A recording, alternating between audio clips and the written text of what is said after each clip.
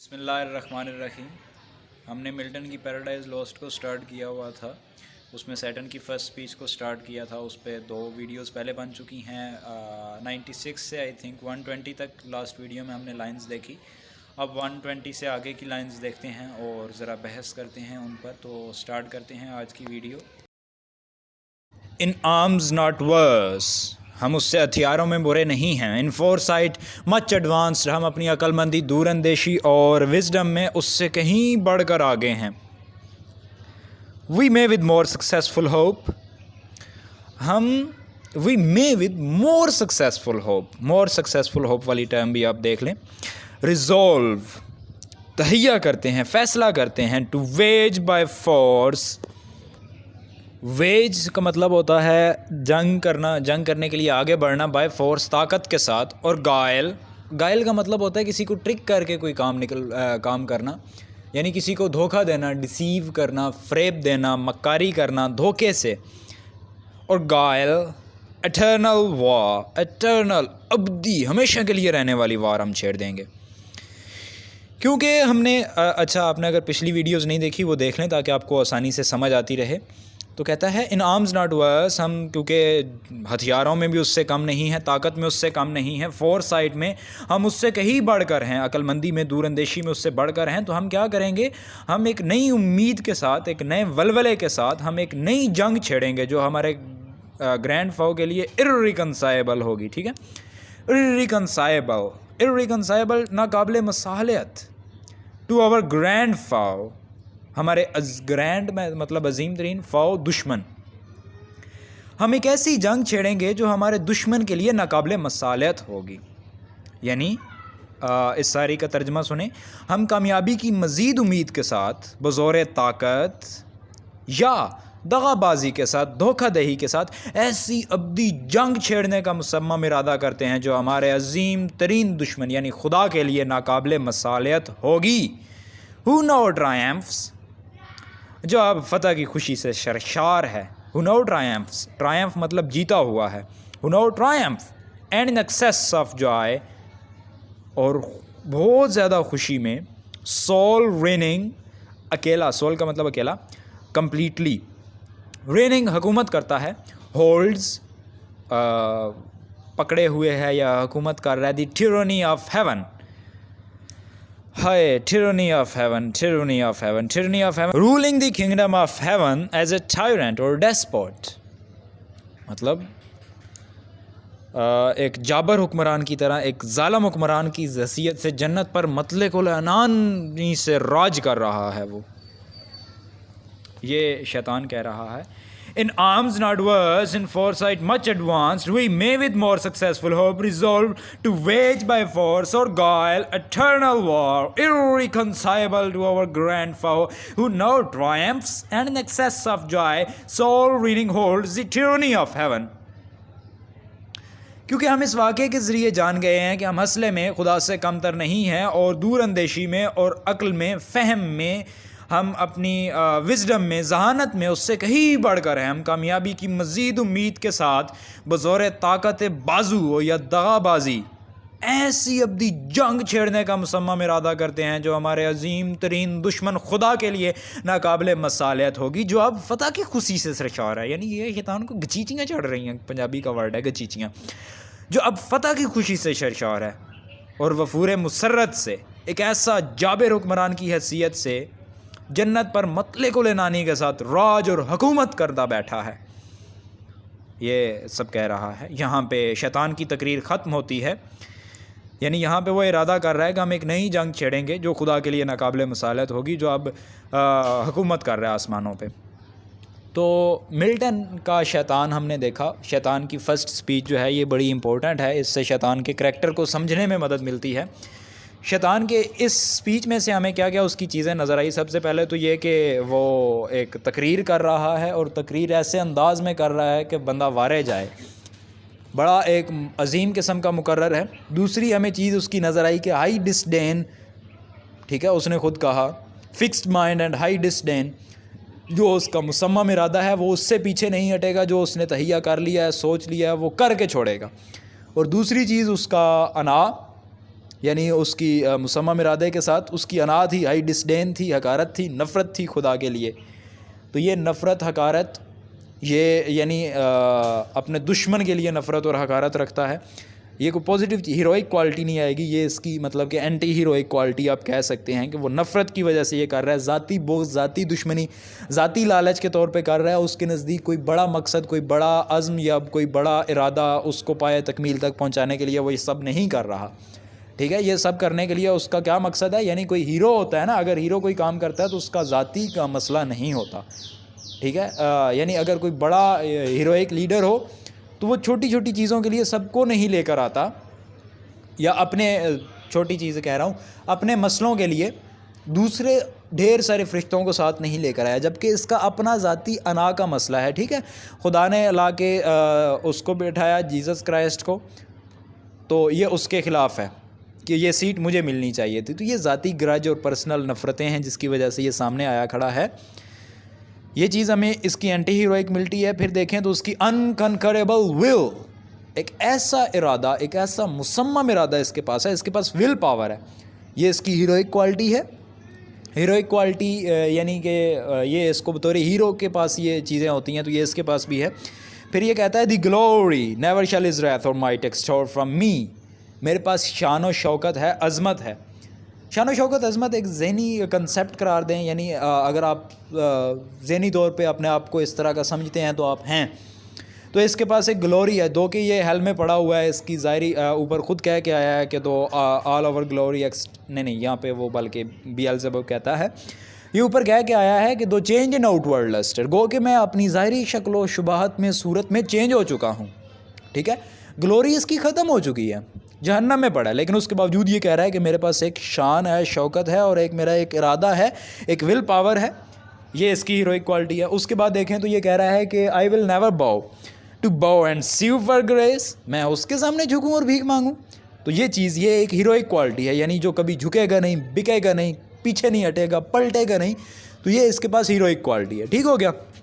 उसके बाद आगे देखें तो अपने आप को जस्टिफाई बड़े प्यारे तरीके से करता है कि दैट वाज लव इंडीड, मतलब हम लोग गिर चुके हैं, हम लोग बेशक ज़िल्लत में हैं, कार मुज़िल्लत में गिरफ़्तार हो चुके हैं, लेकिन हमारे खुदा का जो तख्त हिला के हमने रख दिया, ये उसके लिए इससे, इस गिरावट से भी ज़्यादा शर्मनाक बात थी, या उसके लिए ये ज़्यादा ज़िल्लत की बात थी। अपने आप को जस्टिफाई कर रहा है। और फिर देखें तो ये सारी क्वालिटीज़, यानी हीरो की क्वालिटीज़ इसमें मौजूद हैं, लेकिन जिस रास्ते पे ये खड़ा है वो रास्ता जो है वो रास्ता हीरोइक नहीं है। किसी साहिब ने कहा था कि मिल्टन जो है अपने आप को अनकॉन्शियसली, अननोइंगली मिल्टन जो है वो सैटन की साइड पे है। तो ये बात को इस तरह देखें, हमने आखिरी लाइन जो अभी पढ़ी हैं, sole reigning holds the tyranny of heaven, जो मुतलक लेनानी के साथ, यानी बिल्कुल एक डेस्पोटिक और टायरेंट हुक्मरान की तरह हुकूमत कर रहा है। तो मिल्टन को कहा जाता है कि ये अपने आप को सैटन के साथ रिकॉग्नाइज़ करता है। यानी मिल्टन में जो उस वक्त का चार्ल्स वन आया, जिसके दौर में मिल्टन ये पैराडाइज दोस्त लिख रहा था, जो बिल्कुल सैटन का खुदा जो है वो उसके साथ कंपेयर किया जाए, यानी सैटन का खुदा से मुराद मिल्टन का खुदा ले लें। इधर पोएम में जो ये रिप्रेजेंट किया गया है सैटन का खुदा, तो अगर उसको देखें तो वो भी खुदा जो है ना, खुदा बना बैठा था चार्ल्स वन। वो मतलक उल-इनान था, बिल्कुल वो किसी की नहीं सुनता था। पार्लियामेंट ने जो उसके साथ मसले सारे चलाए, वो बिल्कुल इस तरह का था कि किसी की नहीं सुननी, किसी की नहीं माननी, अपनी मनमानी करनी है। वो एक टायरेंट और डेस्पोटिक था। तो मिल्टन जो है फ्री विल पे यकीन रखने वाला है, एक आज़ादी का अलमबरदार है, और चाहता है कि जो कोई भी करना चाहे वो अपनी खुशी से करे। यानी मिल्टन सैटन के ज़रिए अपनी फ्री विल को रिप्रेजेंट करना चाहता है उस माशरे में जहाँ पे चार्ल्स वन हुकूमत कर रहा है। तो ये बात कही जाती है कि मिल्टन अपने आप को सैटन के साथ रिकॉग्नाइज़ करता है और सैटन की पार्टी के साथ है, अननोइंगली, अनकॉन्शियसली। तो ये बात रात को मैं जिनका हवाला दे रहा था, डगलस बुश, यानी पिछली वीडियोज़ में, रात से मेरी मुराद ये है। तो डगलस बुश कहते हैं कि ये बात गलत है कि मिल्टन अपने आप को सैटन के साथ रिकॉग्नाइज़ करता है। अगर यूँ होता तो फिर हज़रत शेक्सपियर को देखो, वो अगर एआगो का करैक्टर इतना स्ट्रॉन्ग बिल्ड करके आता है, यानी एक इवल जीनियस है ना एआगो, तो अगर शेक्सपियर अगर एआगो का करैक्टर इस तरह से बिल्ड करके लाता है, या किंग लियर में एडमंड का करैक्टर आप देख लें, कितना सैटेनिक और कितना एवल करैक्टर है वो। इसी तरह मैकबेथ में जाके आप मैकबेथ को देखें तो उसका करैक्टर भी यही है। तो अगर आप देखें कि एक शख्स ने एक करैक्टर घड़ा है, तो आप ये कह रहे हैं कि वो करैक्टर जीनियस अगर बन गया है या वो करैक्टर बहुत अच्छी स्पीच दे रहा है। सोलिलोक्वीज मैकबेथ की देखें तो मज़ा आ जाता है इंसान को यार। तो अगर सैटन की सोलिलोक्वीज या सैटन की जो स्पीचेज़ हैं ये हम देखें, सोलिलोक्वीज भी आगे आएंगी, सैटन की अगर हम स्पीचेज़ देखें तो ये स्पीचेज़ ये मिल्टन की महारत है ना, शेक्सपियर की भी महारत है कि उसने इस तरह की यागो के मुंह से स्पीचेज़ कहलवाई कि बंदा कहता है आहा क्या बात है। तो यहाँ पे भी वही है। अगर हम ये कहें कि शेक्सपियर जो है, हाँ अब शेक्सपियर का असल चेहरा सामने आया, शेक्सपियर तो अंदरूनी तौर पे जो है वो उसके साथ था, यागो के साथ, तो ये बात तो इसी तरह गलत होगी। अगर हम मिल्टन का कह दें कि मिल्टन जो अंदरूनी तौर पे सैटन के साथ था तो ये बात गलत है, क्योंकि ये एक करैक्टर को प्रेजेंट कर रहे हैं, एक राइटर है, एक इमेजिनेशन वाला बंदा है और अपनी इमेजिनरी पावर से एक ऐसा करैक्टर घड़ के ला रहा है जो इवल में परफेक्ट किस्म का करैक्टर है। तो इसका ये मतलब ना हुआ कि ये उसकी साइड पे था, ठीक है। इस तरह के बाकी ऑथर्स ने भी करैक्टर एवल क्रिएट किए हैं तो वो उनकी साइड पे नहीं हो जाते। मिल्टन सैटन की साइड पे नहीं है, मिल्टन गॉड की साइड पे है ना। मिल्टन बतौर सैटन को एज ए हीरो पेश कर रहा है एपिक में। मिल्टन जस्टिफाई करता है इस चीज़ को कि सैटन हीरो नहीं है। हाँ हीरोइक क्वालिटीज़ ज़रूर हैं। एक अडोल्फ हक्सले नाम के ऑथर वो गुजरे हैं, उनका कोई करैक्टर था, वो कोई बात करता है, मुझे एग्जैक्टली अंग्रेज़ी के अल्फाज सुनी याद, लेकिन वो ये थी कि अगर आपने इवल जीनियस होना है तो आपके लिए उसमें विर्चूज़ होनी चाहिए, क्वालिटीज़ होनी चाहिए जो आपको उस इवल में यानी उस बुराई के रास्ते पर एक अजीम और महारत, अगर आपने बुराई के रास्ते पर एक अजीम और माहिर शख्स बनना है तो आपके अंदर कुछ खुसूसियात तो होनी चाहिए ना जो आपको उस रास्ते में वो अज़मत अता करेंगी। यानी अगर डिक्टेटर को देख लें, यानी एक और बात वही डोगलस बुश कहते हैं कि मिल्टन की इस स्पीच से डिक्टेटरशिप वाली बू आती है, यानी वो हज़रत हिटलर नज़र आते हैं इस स्पीच से। ये जो कह रहा है कि हम झुकेंगे नहीं, आगे बढ़ते चले जाएंगे और एक अजीम जंग करेंगे, तो ये हिटलर वाली स्पिरिट है। गो के हिटलर बहुत छोटी चीज़ है और सैटन बहुत बड़ा फिगर है।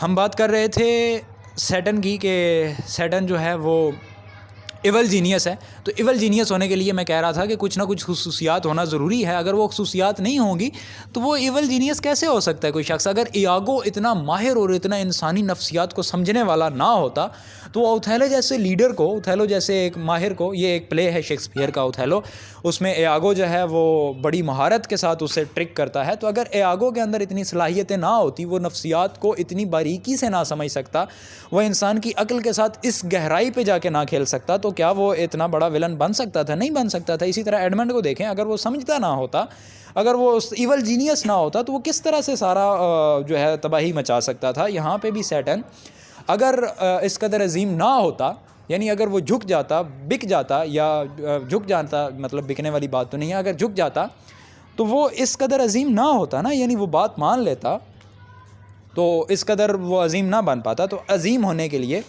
यानी सैटन के अंदर हीरोइक क्वालिटीज़ तो हैं ना, वो मोटिवेटर है, वो सब कुछ कर रहा है, तो ये हीरोइक क्वालिटीज़ का होना ये जस्टिफाई नहीं कर रहा कि वो हीरो है, ठीक है। हमारी सिंपथी ज़रूर होती हैं जो कि शख्स सफ़र कर रहा होता है। देखें मैकबेथ में हमारी सिंपथीज़ जो है, मैकबेथ एक प्ले है शेक्सपियर का, उसमें हमारी सिंपथी डेवलप हो जाती है मैकबेथ के साथ, क्योंकि वो सफ़र कर रहा है। लेकिन वो अगर गलत रास्ते पर खड़ा होकर सफ़र कर रहा है तो इसका मतलब ये तो नहीं है ना कि हम उसके साथ सिंपथी शो करेंगे। सिमिलरली हम देखें तो मैकबेथ के ऊपर जो मेलकम की फ़ोर्स गालिब आती है, या सैटन के ऊपर जो सन ऑफ गॉड जीसस की फ़ोर्स जो गालिब आती है अकॉर्डिंग टू बाइबल, तो हमारी जो है वो सिंपथी कम है मेलकम के साथ, या उसके साथ जो जीसस है उसके साथ हमारी सिंपथी नहीं डेवलप हो रही। हालांकि वो राइट पाथ पे खड़े होकर राइट काम कर रहे हैं। हमारी सिंपथीज़ किसके लिए हैं? सैटन के लिए डेवलप हो रही हैं, मैकबेथ के लिए डेवलप हो रही हैं, हालांकि वो गलत पाथ में है। तो ये मतलब हमें देखना होता है कि कोई शख्स अगर सफ़र कर रहा है या रिवोल्ट कर रहा है, कोई रेबल है, तो वो किस काज के लिए है। बी अ रेबल, वो रेबल मूवी का मुझे डायलॉग याद आता है, be a rebel but for a cause. एवें रेबल उठ के बन जाओगे तो उसका कोई फ़ायदा नहीं है। हम देखते हैं कि अगर कोई शख्स बड़ी सफरिंग में है और वो रिबेल कर रहा है या वो बगावत कर रहा है और बड़ी शान व शौकत के साथ वो उन तेरे हिज्र में बाशौकत शाहाना खड़ी है, तो वो अगर बाशौकत शाहाना खड़ा है वहाँ पे, तो क्या वो मतलब कि इस काबिल है कि हम उसके साथ सिंपथी करें? नहीं, वो गलत रास्ते पर है। इसी तरह आप वो क्रिस्टोफर मार्लो का प्ले देखें, क्या नाम था यार उसका, क्रिस्टोफर मार्लो का प्ले वो वाला डॉक्टर फॉस्टस, तो डॉक्टर फॉस्टस गलत रास्ते पे खड़ा होके गलत काम कर रहा है, गो के वो सफरिंग वाला एंड पे बड़ा हमें उसके साथ सिंपैथी डेवलप होती है कि यार मतलब कि जब वो कहता है कि काश ज़मीन फट जाए, काश मैं पैदा ही ना होता, काश मेरी माँ ने मुझे जन्म ना दिया होता, काश आसमान मुझ पे गिर पड़े, तो हमारी सिंपैथी उसके साथ डेवलप होती है। लेकिन देखें सिंपैथी डेवलप होना ठीक है, अच्छी बात है या बुरी बात है, जो भी कहें, मुझे नहीं पता कैसी बात है, तो देखेंगे आप सिंपैथी डेवलप ज़रूर हो रही है, लेकिन हमें ये देखना चाहिए कि हम जिसके साथ सिंपथाइज़ कर रहे हैं क्या वो गलत रास्ते पर है या वो सही रास्ते पर है। ठीक है, तो यहाँ पे सैटर्न जो है वो गलत रास्ते पर खड़ा होकर हीरोइक क्वालिटीज़ लिए हुए है, तो वो हीरो होना साबित नहीं हो जाता। गो के वो सबसे एक्टिव करेक्टर है इसमें, प्ले में प्ले कह रहा हूँ, एपिक में आप देखें तो सबसे एक्टिव करेक्टर और सबसे हीरोइक क्वालिटीज़ वाला बंदा वो है। यानी आप एडम को बतौर हीरो पेश नहीं कर सकते क्योंकि एडम एक पैसिव सफ़रर है। हाँ, एक बात मैं और कहना चाहूँगा, अगर आपके साथ ये सफरिंग से सैटर्न के साथ आपकी सिंपैथी डेवलप हो रही है तो आदम भी तो सफ़र कर रहा है वहाँ पे उसमें, एडम, तो उसकी सफरिंग की वजह से उधर भी सिंपैथी डेवलप होनी चाहिए। और अगर सिंपैथी की बेस पे हम किसी को हीरो करा दें तो फिर तो एडम भी हीरो हो जाएंगे। खैर इस पे मैं अलग से बहस करूँगा, अलग से वीडियो बनाऊँगा कि अगर सैटर्न हीरो है तो वो क्यों है, अगर सैटर्न हीरो नहीं है तो वो क्यों है, या मिल्टन की इस पैराडाइज लॉस्ट में मिल्टन हीरो है, गॉड हीरो है, एडम हीरो है, या सैटर्न हीरो है और सैटर्न एंटी हीरो कैसे है, इस पर अलग से मैं वीडियो बनाने की कोशिश करूँगा। तो यहाँ पे आके सैटर्न की फर्स्ट स्पीच ख़त्म होती है, इससे नेक्स्ट वीडियो में हम आगे बढ़ेंगे। तब तक के लिए अल्लाह हाफिज़।